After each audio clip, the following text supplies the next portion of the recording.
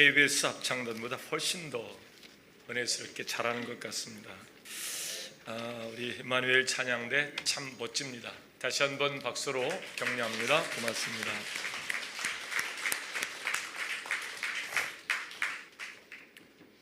하나님의 말씀으로 가시겠습니다. 오늘 말씀은 신약성경 디모데 후서로 가셔서 3장 12절에서 17절까지 말씀입니다. 신약성경 봉독하시겠습니다. 무릇 그리스도 예수 안에서 경건하게 살고자 하는 자는 박해를 받으리라.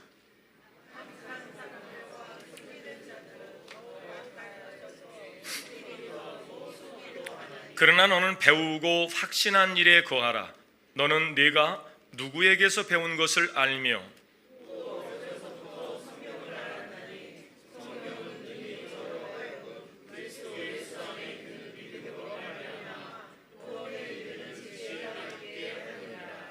모든 성경은 하나님의 감동으로 된 것으로 교훈과 책망과 바르게 함과 의로 교육하기에 유익하니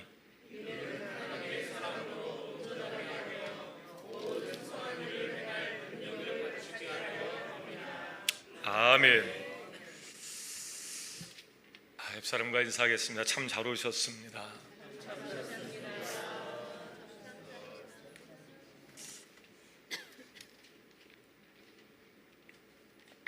초대 교회가 세워지고 일이 있어서 이제 직분자가 생기겠죠.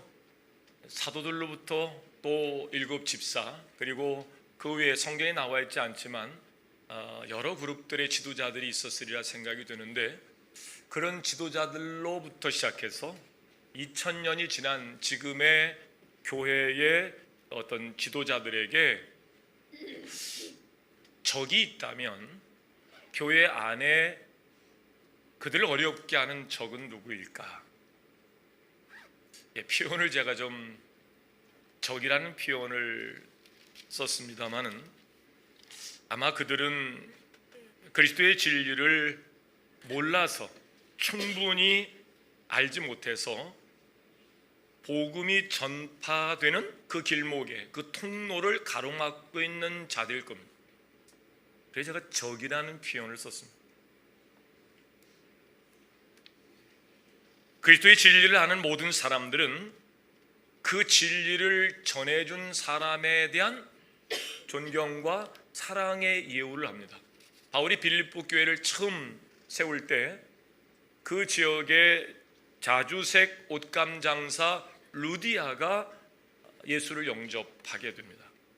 그리고 바울과 실라를 통해서 감옥에서 놀라운 초자연적인 역사를 경험했던 그 간수들이 돌이켜 예수를 영접하면서 그 지역에 교회가 세워질 때에 그들 또한 복음을 전해 주었던 이 바울을 아주 극진히 대접을 합니다.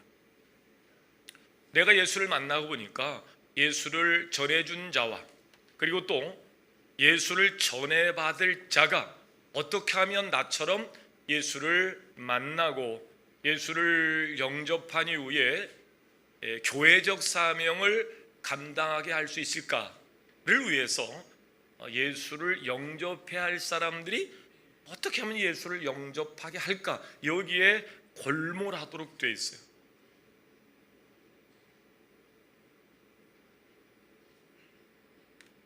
성경은 우리로 하여금 구원에 이르는 지혜를 얻게 하시는데, 성경은 많이 아는데 생활이 좋지 못한 사람들은 다른 사람에게 그 축복의 통로로서의 사명을 감당하는 이 서툴릅니다. 성령의 지혜가 아니고 성경을 내 관점에서 해석하기 때문에 그래요. 디모데는 바울을 통해서 예수를 만나게 됐는데요, 바울은 당대의 최고의 율법학자예요. 바울에게 그런 율법에 대한 이해를 갖게 하는 분은 당대 최고의 가말리엘이라는 사람을 통해서 율법을 그가 배우게 됩니다. 가말리엘은 힐레를 통해서, 그러니까 그 족보가 지금으로 말하면 서울대학교 법대 동문회 조직이라고 이해하시면 돼요. 그런데 그런 그 배경 가운데서 다메섹 도상에서 예수를 만났거든요. 그러니까 정말 살아 역사하시는 하나님을 만난 거예요. 그러니까 율법은 알았지만 그 율법이 요만큼도 자기의 삶을 변화시킬 만한 능력이 되지 못한 학문적 이해로만 율법을 이해하던 바울이 정말 살아 역사하신 하나님을 다메섹 도상에서 만났다고요. 그러니 지금으로 하면 박사 교수에다가 성령을 진하게 체험한 목사로 이해하시면 됩니다. 그러니까 양면을 다 갖춘 분이에요. 옛날에 어느 목사님은 성령이 막 충만해가지고 성령을 너무 뜨겁게 받아가지고 정말 막 바깥에 가서 얼음장을 깨고 자기 몸을 녹였던 목사님도 계세요. 배움은 좀 부족해요. 그래서 아직도 사람의 갈비뼈가 이렇게 하나 빠진 줄 알아요. 왜? 그렇게 해서 여자를 만들었기 때문에 남자의 갈비뼈가 하나 부족하다고. 그건 그때 이야기죠. 여러분, 갈비뼈는 다 정상입니다. 초등학교 문턱에는 못 가신 분이 제 어릴 적에 고향교회 목사님이셨거든요. 정말 신령하시고 일반적으로도 아주 인격자하셨어요. 정말 그분은 하나님처럼 우리가 그렇게 이해를 할 만큼 그러셨어요. 말씀대로 살려고 얼마나 애를 쓰셨는지. 제가 중고등부 때예요. 중고등부 한 20여 명 이렇게 모였는데 그분이 중고등부 예배에 나오셔서 그런 설교를 하시는 겁니다. 하나님이 내게 주신 생명 가지고 살다가 이제 60이 되면, 그 당시 60이면 지금 아마 80 정도 되지 않았을까 싶으세요? 60대면 내가 이제 할 만큼 살았고, 그러니 한쪽 눈을 빼서 내가 눈이 없어서 못 보는 분들에게 헌안하시고 싶다고. 그때 저는 이루 말할 수 없는 충격을 받았어요. 아무리 목사님이라고 그래도 어떻게 자기 눈을 한쪽을 빼서 시각장애 장님에게 눈을 줄 수 있을까? 야, 정말 대단하다. 그 충격이, 감동이 오래 가더라고요. 저도 물론 그때 그 기반으로 인해서 저도 이제 목사 안수 받을 때 시신기증을 약속하고 무수의 삶을 하나님 앞에 고백하고 그렇게 지금 33년 목사가 돼서 합니다마는, 그때 저한테 그 큰 도전을 줬던 그 목사님이 아직도 살아계신데요. 볼 때마다 제가 그분을 이렇게 봅니다. 눈을 뺐나 안 뺐나. 아직도 안 빼셨어요. 네. 때로는 우리가 10가지 다 잘할 수 없고 부족한 것들이 보여지고 그렇지만 참 이분은 말씀이 충만하다. 이분은 정말 성령 충만해서 그 말 한마디에 사람들이 상처가 치유받고 또 위로를 받고 이러시는 분들이 계시거든요. 또 어떤 분은 정말 박식하세요.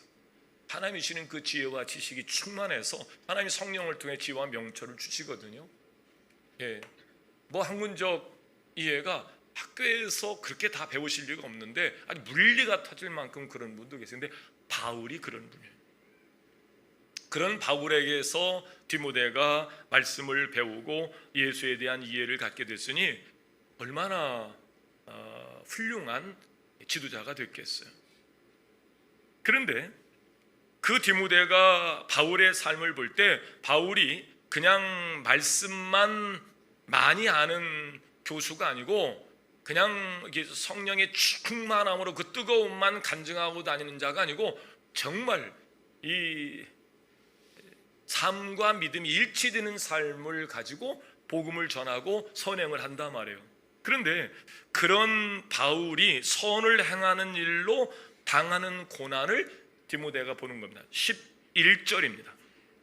박해를 받음과 고난과 또한 안디옥과 이고니온과 루스드라에서 당한 일과 어떠한 박해를 받은 것을 네가 과연 보고 알았거니와, 이 디모데가 바울이 그렇게 복음에 합당한 삶을 살면서 겪었던 고난을 다 주위에서 곁에서 봤단 말이에요.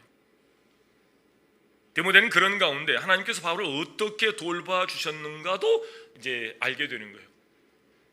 그냥 고난이 고난으로 끝나지 않고 박해와 핍박이 그것으로 상처로 얼룩의 역사로 남는 것이 아니고 그 일 끝에 하나님이 바울을 통해 사시는 일들을 다 알게 되는 거예요. 바울이 결코 자신의 사명을 저버리지 않고 또 하나님께서도 그를 저버리지 않고 그 주 안에서 일어나는 놀라운 그 영적 비밀들을 디모데가 그대로 지금 배우고 알게 되었다, 그 말입니다. 바울이 그런 디모데에게 이런 권면을 합니다. 네가 과연 나의 핍박받은 것을 알았거니와. 우리가 핍박받는 것에 대해서 그 핍박에 대한 이해를 온전히 하게 되면 선한 사람들이 어떻게 고난을 받고 있는가에 대해서 뿐만 아니라 그들이 그 고난 가운데서 어떻게 힘을 얻고 위로를 얻었는가를 알게 되면 낙심하거나 또 그렇게 시험에 빠지지 않고 대신 오히려 그것들로 인해서 힘을 얻게 될 줄로 믿습니다. 이 고난이 나에게 어떤 복을 주시려고 하나님 이러시는가? 왜냐하면 그 전례, 선례가 있었고 그거를 알고 믿기에 바울이 이런 고난과 핍박 속에서 복음을 전하면서 선한 일을 하면서 당한 일에 하나님이 그를 통해서 일하시는 일들을 경험하니까 자기에게도 내게 고난이 왔단 말이에요. 나는 또 하나님 어떤 복을 주시려고 이 핍박 속에서 하나님 나를 어떻게 사용하실 일이신가, 거기에 대한 기대가 자연스럽게 높아질 수 있다, 그런 말이에요. 특별히 12절의 말씀을 생각할 때도 그렇습니다. 우리 그리스도 예수 안에서 경건하게 살고자 하는 자는 무엇을 받으리라? 핍박을 받으리라. 여러분, 경건하게 살고자 하실 때에 자연스럽게 핍박이 따라옴을 여러분 아시죠? 그렇습니다. 내가 오늘 전광윤 권사님을 안아주고 싶었던 것이,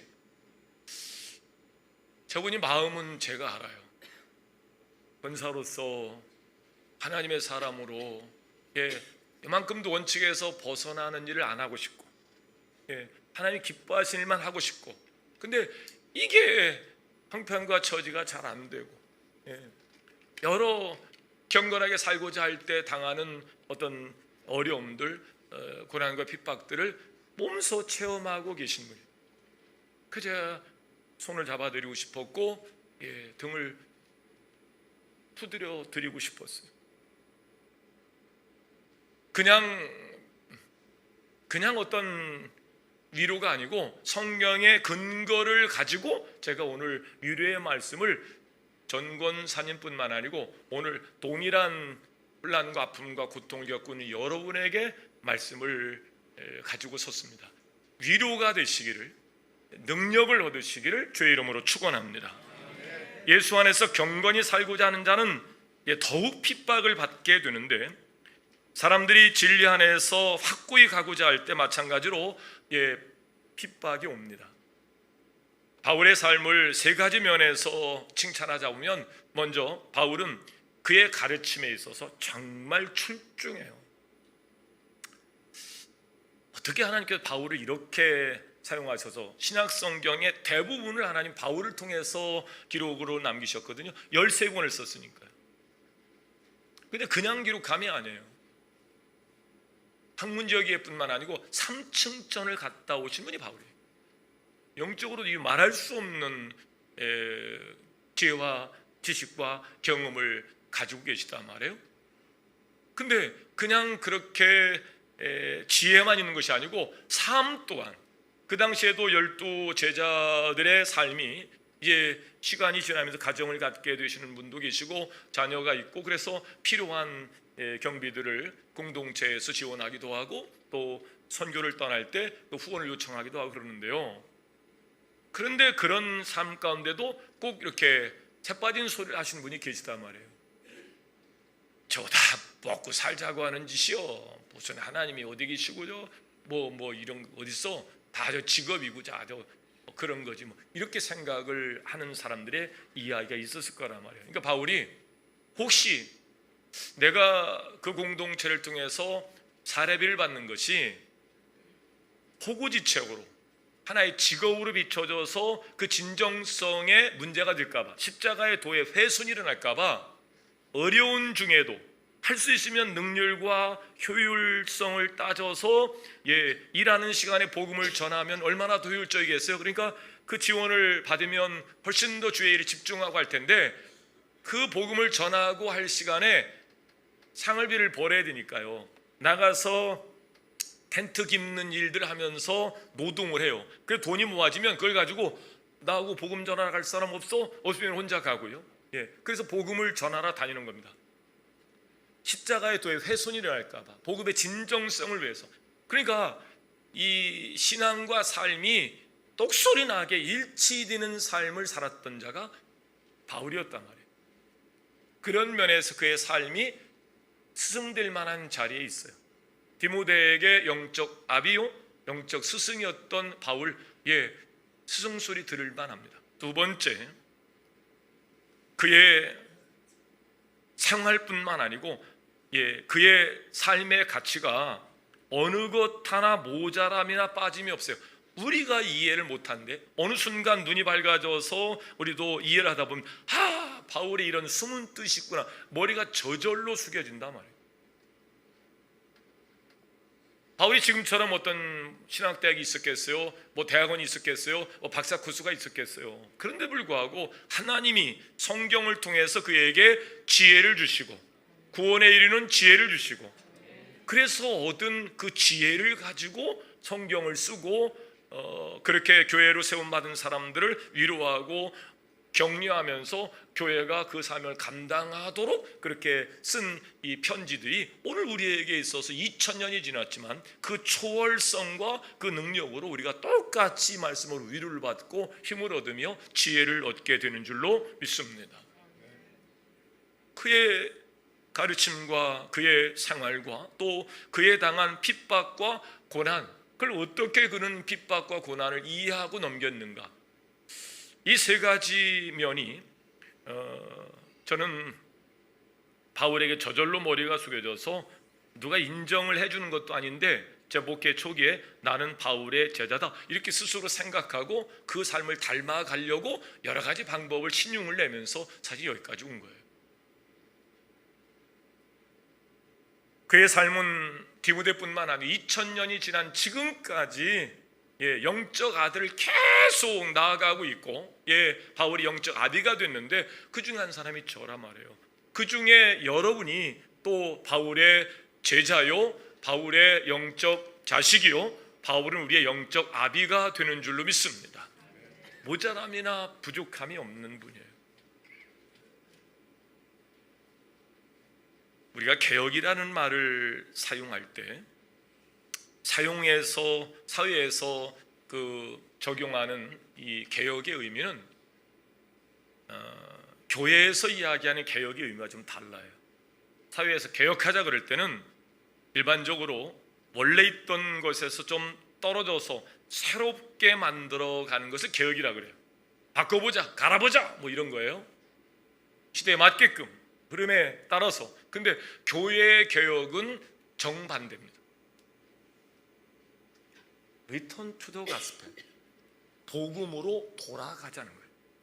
원래 하나님께서 2000년 전에 보내셨던 예수에게로 돌아가자, 바울의 권면으로 돌아가자, 성령의 권면으로 돌아가자. 이럴 땐 아멘이 좀 나와야 되는데, 그래야 여러분이 개혁자인 거예요.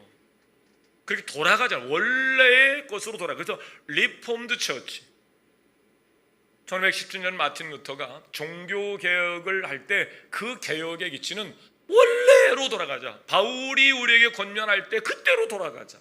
성령의 감화와 감동 가운데 그렇게 일곱 집사가 세워지고 초대교회가 그렇게 복음을 외쳤던 그 시대로 돌아가자는 거거든요.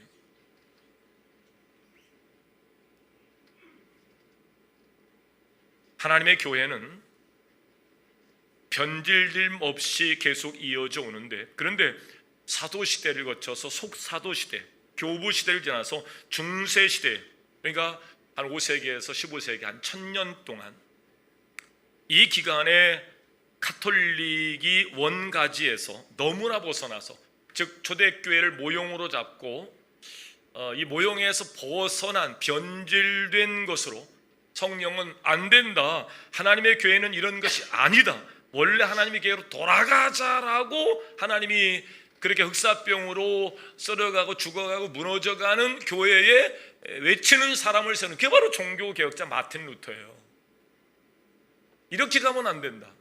편리성만 도모하고, 능률과 이게 효율 이런 것만 생각해서 이 장사하듯이 목회를 하고, 세속주의가 우리 안에 들어와서 편리성만 강조하고, 영상 예배라는 것도 그런 면의 한 예예요. 그런데 이 마틴 루터에게 하나님의 감화와 감동을 통해 95개의 조에 그 계란으로 바위를 치는 것 같은, 바위에 계란 갖다 대면 깨지죠. 그러나 95개의 조의 반망을 외치면서 당신들이 하고 있는 일들은 정말 잘못된 길이다, 이 사실을 고지하면서 일어섰던 자의 입에서 나온 것이 리폼 처치. 교회를 이렇게 개혁해야 된다, 원래의 자리로 돌아가야 된다, 그 말입니다. 그렇습니다. 개혁은 원래대로, 다시 말씀드린 성경대로 돌아가자는 운동입니다. 바울이 디모데에게 오늘 권하고 앞서 보여주신 삶은 개혁이 필요한 시대, 개혁을 꿈꾸는 자들이 귀담아 들어야 할 그런 말씀이에요. 13절입니다. 디모데에게 유혹자들의 종말에 대해서 경고를 합니다. 이렇게 얘기합니다.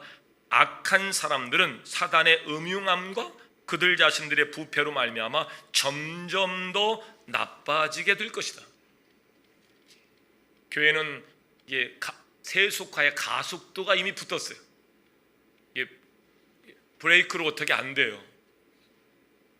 지난 3년 동안 만 교회가 교회 문을 닫아버렸습니다. 그 열어서 남는 게 없다는 거예요. 고통뿐이고 고난뿐이고. 여러분, 경건하게 살려 하는 사람은 당연히 고통과 핍박이 오는데, 그거를 그렇게 이해하지 못하고 바울의 이해로 보지 못하고 경제적 원리로 볼 때 이게 교회에 세워서 안 될 일이다. 맨 월세만 나가고 아주 등골 빠지게 고생만 하고 에라이 문을 닫아버리자. 만교회가 문을 닫아버렸습니다. 스스로 닫기도 하고 강제성을 떼어서 폐지를 당하기도 하고. 그 가족들을 이제 어떤 힘으로 우리가 막아서기 어려운 시대에 우리가 지금 들어와 있어요.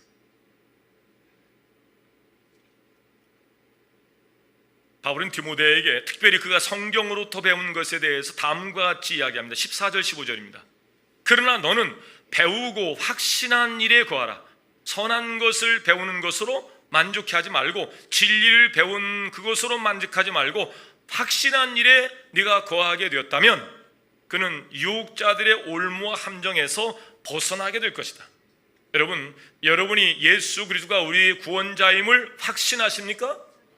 그 확신에 거하신다면, 그 확신에 이르셨다면, 내게 가르쳐준 자를 신뢰한다면, 내가 누구에게서 배운 것을 네가 알기에, 어려서부터 성경을 네가 알았기에, 성경은 능히 너로 하여금 그리스도 예수 안에 있는 믿음으로 말미암아 구원에 이르는 지혜를 허락할 것이다. 여러분, 구원에 이르는 지혜를 성경을 통해서 누릴 수 있기를 주의 이름으로 축원합니다. 그렇습니다. 여러분이 적어도 그런 자긍심, 자존감을 가지세요. 내가 임마누엘 교회에 등록되어서 이렇게 바른 길로 가르침을 받고 가고 있다는 것에 대한 감사의 마음을 가지시기를 주의 이름으로 축원합니다. 옆 사람과 그렇게 권하십시다. 임마누엘 교회에 있다는 것 하나로도 우리는 감사합니다. 네, 그렇습니다. 하나님의 일들에 대해서 정통하고자 하는 자들은 더더욱 우리가 바른 길로 가고자 하는 이 열심에 함께 참여해 주시고, 제가 만약에 잘못되는 길로 제시하고 간다면 저에게 돌을 던지시고, 바른 길임에도 불구하고 따라오지 못한다면 여러분이 회개를 하셔야 됩니다. 이 문제를 이제는 해결하시고 사셔야 됩니다. 그냥 우유부단하게 그냥 그동안 그리 했듯이 그냥 갈 수는 없는 문제입니다. 어린 시절부터 성경을 안다는 것은 정말 복된 일이요, 그런 신앙을 물려준 부모가 계시다는 것은 인생에 있어서 가장 사실은 큰 복을 누려가며 인생을 시작하는 것이 맞습니다. 복음을 통해서 우리는 환난을 받습니다. 디모데가 바울을 보면서 복음을 가지고 경건하게 그렇게 살려고 하는 바울이 다른 사람과 달리 핍박을 받고 고난을 받는 것, 40에 하나 감한매를 맞고, 자기 머리통만한 돌로 죽임을 당했습니다. 죽은 줄 알아서 버렸어요. 디모데는 그걸 다 봅니다. 그런데도 신기하게 그런 고난 속에서도 하나님께서 그를 잡아 일으켜 세우시고, 하나님이 그를 영화롭게 하시며 존귀 여기시고, 그를 통해서 하나님의 위대한 역사를 전하고 알리고 이루는 통로로 사용하고 있다는 사실에 디모데는 감사하고 있는 겁니다. 거기에 확신을 갖고 있는 거예요. 우리는 성경에 대해서 또 태만해지거나 또 성경을 읽거나 또는 전혀 읽지 않는 경우도 생기는데, 첫째, 성경의 탁월성과 신비는 16절입니다. 모든 성경은 하나님의 감동으로 된 것으로 믿으시면 아멘. 교훈과 책망과 바르게 함과 의로 교육하기에 유익하니. 여러분, 성경은 66권이잖아요, 그죠? 구약이 39권, 신약이 27권. 그래서 어떤 강사님은 천국에 전화기 한 대가 있는데 66국에 3927번이라고. 네, 성경을 통해서, 구약과 신약을 통해서 천국과 연결할 수 있다, 그런 메시지죠. 이 성경이 모두 1500년, 1600년에 걸쳐서 모두 40여 명의 저자들이 성경을 완성해서 이렇게 오늘 우리가 성경을 통해서 예수를 만나고 능력을 겸비하게 되는데요, 꽤 오랜 시간입니다.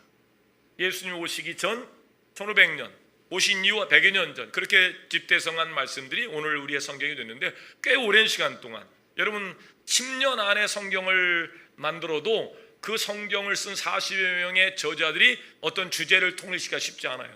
근데 어떤 때는 몇백 년이 끊어질 수도 있었을 겁니다. 근데 계속 그렇게 1500, 1600년에 걸쳐서 다양한 사람들이 성경을 기록했는데, 어찌 모여보니까 주제가 하나로 통일됐더라 말이에요.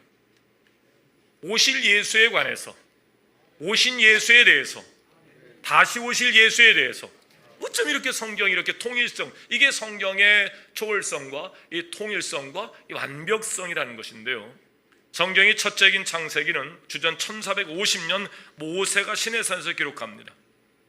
그리고 성경의 마지막 책인 요한계시록은 사도 요한이 pat모섬에서 주 90년경에 기록합니다. 그러니까 대략 기간을 모으면 1500년, 1600년에 걸쳐서 성경이 그렇게 써졌단 말이에요. 그래 놀라운 것은 그 오랜 기간 동안 성경의 구약과 신약의 주제가 동일하고 그 주제의 주인공이 바로 예수 그리스도라는 것이에요. 물론 성경이 예수에 대해서 쓴 것만 아니고 다양한 이야기가 기록됐는데 성경에 나온 인물의 수만 2197명의 사람의 이름이 나옵니다. 그러나 그 주인공은 당연히 예수 그리스도입니다. 모세가 여호수아가 다 예수를 예표하면서 그렇게 구원의 주님을 말씀하고 있고요. 1600년에 걸쳐 기록된 성경을 기록한 40여 명의 사람들이 우리가 주제를 통일시키자 그렇게 서로 약속하고 편지를 써서 전화를 통해서 내가 여기까지 썼으니까 네가 그 다음에 예수를 주제로 해서 써가 이런 적이 없어요. 근데 어떻게? 그 답이 16절입니다. 모든 성경은 하나님의 무엇으로 된 것으로? 감동으로. 하나님의 감동을 받은 사람들이 하나님의 설계 속에서 하나님의 설계도대로 그들이 성경을 쓰면서 40여 명의 저들이 1500, 1600년에 걸쳐 쓴 것이 하나의 주제로 통일을 이루게 되었다, 그런 말입니다. 이것이 성경의 신비요 위대함입니다. 두 번째, 성경 우리에게 어떤 유익을 주는가? 성경은 하나님의 말씀이기 때문에 유익합니다. 성경은 우리의 인생길을 비춰주는 등불이에요.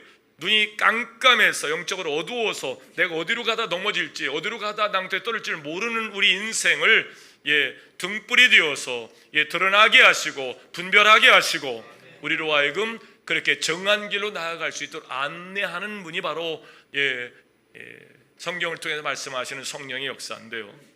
15절입니다. 성경은 능히 우리로 하여금 구원에 이르는 지혜가 있게 한다는 거예요. 여러분, 구원의 완성을 향해 달려가는 일에 성경이 여러분에게 지혜를 갖다 주는 것임을 믿으시길 바랍니다. 또 17절에 하나님의 사랑으로 온전케 한다는 거예요. 이게 부족해요. 근데 어느 순간 말씀 있다가 내가 이러면 안 되는 사람이었구나. 그리고 먼저 손을 내밀어서 그렇게 불편한 관계에 빠져있던 사람의 손을 잡아 일으키고, 그것이 사랑으로 온전케 하는 일이 성경을 통한 성령의 역사예요. 성경 우리 인생 가운데 다양한 목표와 목적들을 또 제시하고 보여주기도 합니다. 요셉이 그런 꿈을 꾸는 것도 바로 성령의 역사죠. 그것이 성경을 통해서 동일하게 우리에게 지금 역사하는 것을 성경의 초월성이라고 그래요. 이제 마지막으로 권면합니다. 올해는 가능한 사복음서를 읽으십시오. 이제는 우리가 그동안 왜 교회가 세워져야 되는지, 어떻게 교회가 무너졌는지에 관한 이해를 알려고 소선지서를 쭉 공부해서 드디어 이제 포로 잡혀갔다 역사의 교훈을 안고 돌아온 사람이 각계와 스게랴의 성전을 건축했습니다. 그리고 하나님 놀라운 역사를 말씀합니다. 이전 영광과 비교할 수 없는 각처에서 믿음의 사람들이 다시 돌아오면서 하나님의 역사가 일어날 것이다. 그런 말씀을 확인한 후에 이제 우리는 영생의 길을 찾아주는 교회적 사명을 위해서 복음의 재발견이 반드시 필요합니다. 예전에 여러분이 예수를 몰랐던 분도 아닐 것이고 예수가 누구인지 나는 전혀 몰라 그런 분이 아닙니다. 그러나 복음의 재발견을 통해서 여러분의 가슴이 예수의 심장으로 바뀌어질 수 있기를 주의 이름으로 축원합니다. 성령의 충만함으로 뜨거워지시기를 주의 이름으로 축원합니다. 눈물과 참아낼 수 없는 기쁨 속에서 여러분의 영혼이 잘 되시기를 주의 이름으로 축원합니다. 성경은 5가지 사역을 하도록 우리에게 유익을 주는데, 첫째, 성경은 구원을 알게 하는 진리를 선물로 주고요. 성경은 두 번째, 하나님의 말씀이 활동하는 것을 보게 하는 진리이고, 세 번째, 성경은 영혼을 회복시키는 진리이고, 네 번째, 성경은 하나님의 능력이 선포되는 진리이고, 다섯 번째, 성경은 믿지 않는 사람들에게 전도하도록 용기를 주는 진리가 그 성경 안에 있습니다. 오늘 말씀의 결론은 그렇습니다. 성경은 구원을 이루게 하는 하나님의 능력이고 지혜인데, 하나님의 말씀은 구원 사역의 1차적 사역이고요. 누구든지 하나님 말씀이 성경이 우리 안에 믿으면 구원을 이루고 구원에 이르는 지혜가 우리 안에 이르면서 또 교회적 사명을 감당하도록 하나님께 촉구하시는데, 우리 교회가 이런 진리를 고집하고 진리를 따르는 이유는 우리 교회에 들어온 사람들이 살아있는 성경의 말씀을 통해서 예수 그리스도를 만나도록 하게 할 역사적 사명이 있기 때문에 그렇습니다. 오늘 그래서 제가 정 권사님의 이 찬양에 덜컥 감정이입이 되면서 눈물이 나는 것이 이게 사명이기 때문에 그래요. 사명이기 때문에 어려워도 그 길을 걸어가는 거예요. 사명이기 때문에. 40에 하나가는 말을 마저도 경건하게 살고 복음에 합당한 삶을 사는 자에게 당연히 임하는 것이기에, 그러나 하나님께서 포기하지 아니하시고 내버리지 아니하시고 다시 일어서서 존귀한 자리에 세워주시는 줄로 믿습니다. 그 말씀의 능력을 알기에 우리는 포기할 수 없는 겁니다. 여기서 주저앉아 있을 수 없는 겁니다. 진정한 크리스찬은 그 구원 복음을 전해야 합니다. 여러분이 오늘 구원에 이르는 지혜와, 오늘 말씀의 제목입니다. 그리고 선한 일을 향할 능력이 성경을 통해서 하나님이 성령의 감화와 감동을 통해서 여러분에게 주시는 것을 믿고, 올 한해 사복음서 마태, 마가, 누가, 요한복음서를 통해서 복음의 재발견을 하실 때, 이번에 새벽에 요한복음을 강의하는데 저도 놀라요. 제가 교만이 아니고요, 다른 사람보다 공부를 이렇게 저렇게 많이 했잖아요. 15년 대학 강단에서 전공 교수는 그 과목만 가르칩니다. 저는 외래 교수이기 때문에 다양한 과목들을 가르쳤어요. 그러니까 다양하게 공부를 안 할 수가 없어요. 그러니까 다른 사람보다 이 말씀을 전해야 되는 어휘 선택, 이런 그 구조, 이런 것들을 제가 조금 다른 목사보다 좀 또 교만하다고 할까 막 얘기 못하겠네. 이 속에서 여러분이 수혜자가 될 수 있기를 주의 이름으로 축원합니다. 바울에게서 최고의 수혜자가 디모데뿐만 아니고 성경을 남기니까 수천 년 동안 우리가 전부 다 바울 때문에 이런 수혜를 얻고 예수를 깊이 만나고 바르게 만난 것처럼, 여러분이 그 안에서 자긍심을 가지고 기뻐하시면서 구원에 이른 지혜, 그리고 선한 일을 향할 능력을 겸비한 지도자로 올해 우뚝 설 수 있기를 주의 이름으로 축원합니다. 기도하겠습니다. 참 좋으신 하나님, 오늘로 하나님께서 우리를 사랑하셔서 임마누엘께 2024년도 영생의 길을 찾아주는 교회적 사명을 위하여 복음의 재발견이 필요합니다.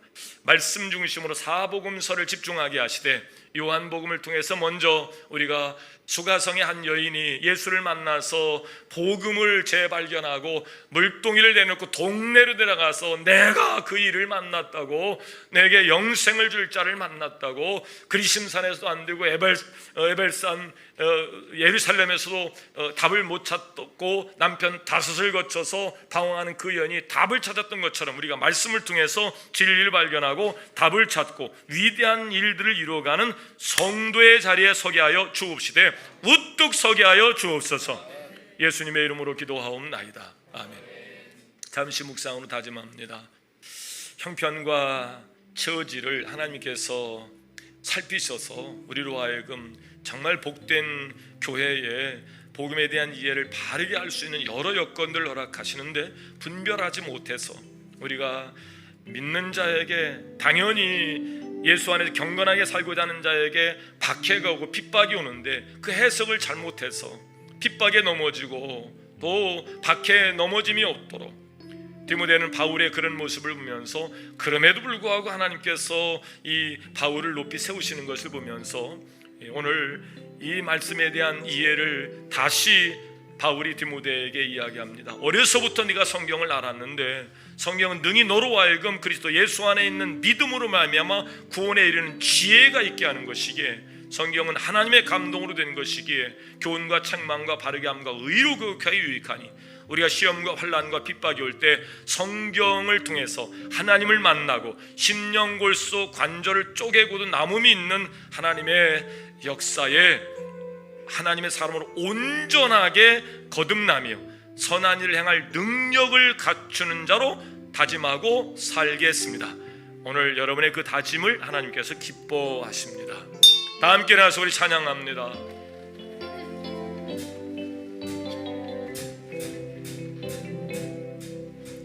하늘에 해와 달들아 소리 높여 찬양하여라. 나 발소리 비파와 수금으로 춤추며 찬양하여라. 산과 넓은 푸른 바다 모두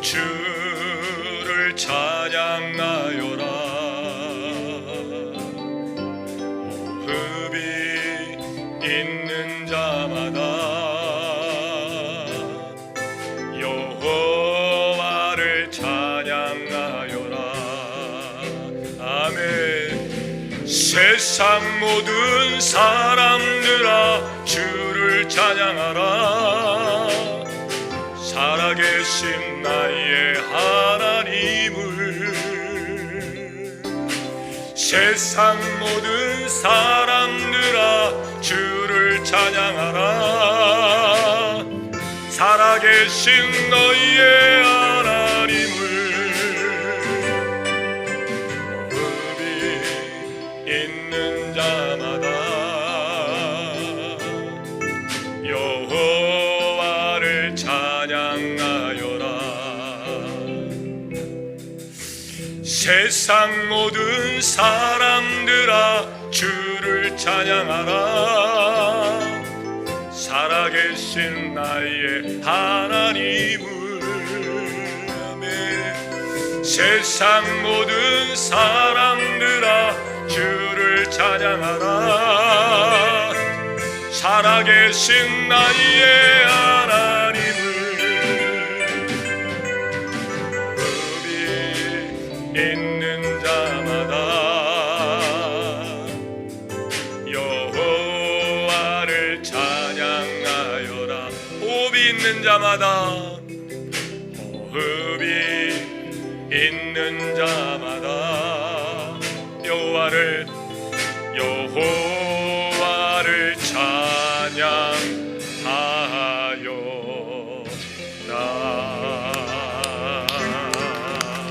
아멘. 한 주간도 복음의 재발견이 속히 일어나고 호흡이 있는 여러분에게 여호와를 찬양함이 마땅한 일이기에 여러분 찬양 가운데 한 주간을 승리할 수 있기를 주의 이름으로 축원합니다. 위탁의 말씀입니다. 성도의 사명은 무엇인가요? 땅끝까지 이르러 복음의 증인으로 꼭 사십시오. 지금은 우리를 죄에서 구원하신 우리 주 예수 그리스도의 은혜와 하나님 아버지 극진하신 사랑하심과 성령님의 감화 감동 내주 긍휼하심의 특별한 은총이 오늘 구원에 이르는 지혜와 선한 일을 행할 능력을 주시는 우리 주 예수 그리스도의 은혜, 하나님의 그 크신 사랑, 성령의 감화 감동 속에 그런 삶을 결단하고 돌아가는 이제 하나님을 찬양하며 살기로 선한 일을 행할 능력을 주신 하나님 앞에서 그 일을 감당하려고 결단하고 나아가는 모든 이들 머리머리 위에 저들이 운영하는 생업과 사업과 기업 위에 지금부터 영원토록 함께하여 주옵시기를 간절히 축원하옵나이다. 아멘.